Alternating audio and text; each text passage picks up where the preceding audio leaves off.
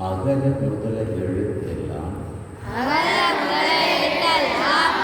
ஆதி பகவன் முதற்றே உலகு. எந்த மொழிக்கும்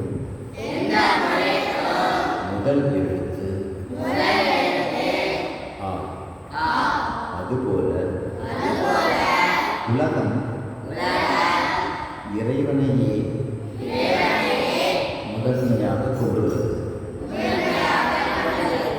மலர்மிசை ஏகினான் மானடி சேர்ந்தான்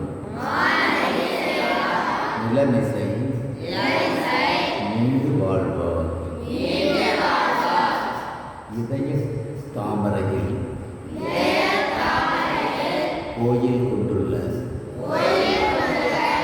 இறைவனை வணங்கினால் உலகில் நீடித்த